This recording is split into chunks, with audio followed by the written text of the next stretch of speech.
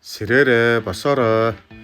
За ингээд 103 дахь өдөр минь эхэллээ. За шөнийн 3 цаг өнгөрөөгөөд сэрээд нойр хүрдвэ. За ингээд энэ хоорондоо өнөөдөр хэрэгжүүлэх ажил, эх 7 хоногт хийх ажлуудаа нэлээд бодож зэгцлээд өглөө босоод шууд 400 үндсэн дэс рүүгээ орлоо. За өнөөдөр хөгжлийн бэрхшээлтэй иргэдийн нийслэлийн тэргүүн Насанбат дарагтай Улсын хурлын гишүүн Баясаахын өрөөнд бас уулзаж ажиллаа төлөвлөх ажлууд байгаа. За ингээд бас нэлээд олон ажлууд байгаа ч гэсэн гэлээ охтуудтайгаа өнөөдөр гэрээ цэвэрлэж за ээж нь эзгүй байхын хугацаанд өмсдөх хувцснууд за ингээд гэрийнхээ хүнс бас бүх юмнуудаа нэг сайхан цэгцэлж өөрөө мэдэж авъя гэсэн бодолтой байна.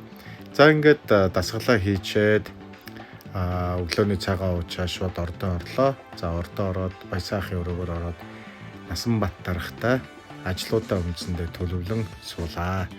За ингээд эх 7 хоногт 50-ны төлөөлөгчийн газартай бас хөгжлийн бэрхшээлтэй иргэдийн нэлээд олон тоног төхөөрөмж авна.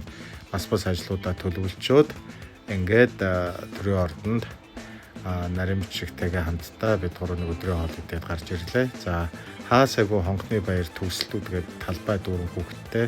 За охтуудын сургуульч гэсэн битүү хүүхдүүдээр бужигнсан сайхан байлаа. За том охиноо авчаад гарч ирээд дэлгүүрт орчоод машиндаа бага охиноо хүлээж агаад нэг цаг гаруй хүлээж агаад охиноо аваад гэртээ ирлээ. За бид гурав өнөөдөр бас гэрээ нэлээд цэвэрлэх ёстой. За том охин маань угаалгын өрөө галтгоогоо хариуцлаа. За бага охин хоолоо хийгээд ингээд оройны хоолоо эртхэн хийгээд идчихье гэсэн бодолтой нэг 5 өнгөрөөгөө хоолоо хийлээ. За ингээд эхнээсээ эхнэр эзгүүд хоолоо хийж эхэллээ.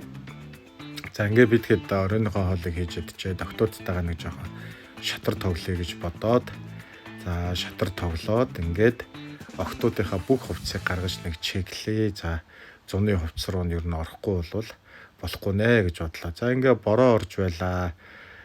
Маш сайхан агаартай бүх цонхоо нийчээд охтуудтайгаа нэг жоохон шатар тоглож яваад охтуудынхаа хувцсыг цэгцлэхээр шийдлээ.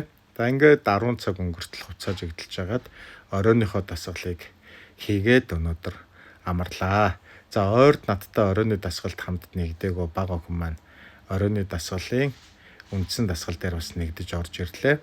За ингээд маргааш бид хэд бас охтуудтай бас бус нэг нэлээд муудсан байгаа хувцснуудын багцсан хувцснуудын дэлгүүр хэсэж авч өгөх зорилт тавилаа. За ингээд та бүхэндээ амралтын өдрүүдэд сайхан өнгөрүүлэхийг бас хүсье. Бүгдөө сайхан амраарай. Спортоор бас хичээлцгээе гэж та хэдтэй уриалмаар байна. За миний бичлэгийг үзэж байгаа бол саналаа хэлж комент болон за мөн лайк шеэрэ дараарай гэж та хэдээс бас хүсье. За сайхан амраарай.